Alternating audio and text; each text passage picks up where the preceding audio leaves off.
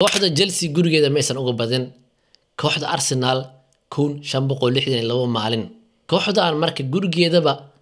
dhibaato ay ku qabtaa kooxda Arsenal marka timaado kooxda Arsenal marka ciyaartii ugu dambeysay ee la ciyaartay Chelsea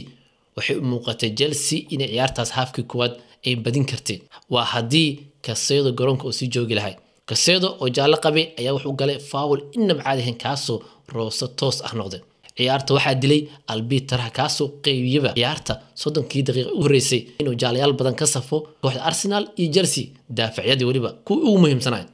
marka ciyaartu waxay noqotay inay is ilaaliyaan labada koox sidoo kale Chelsea way rooneed way fiicneed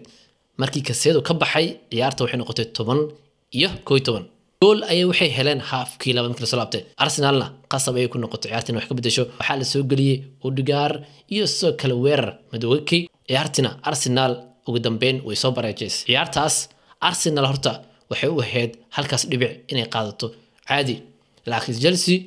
ayadana way ku rafaaday laakiin dhibicda ayadana waa ku qancaysaa maadaama 10 ay ahaayeen Arsenal marka ciyaarihii ay soo ciyaartay hadii la fiiriyo Tottenham iyo Bayern Munich iyo Chelsea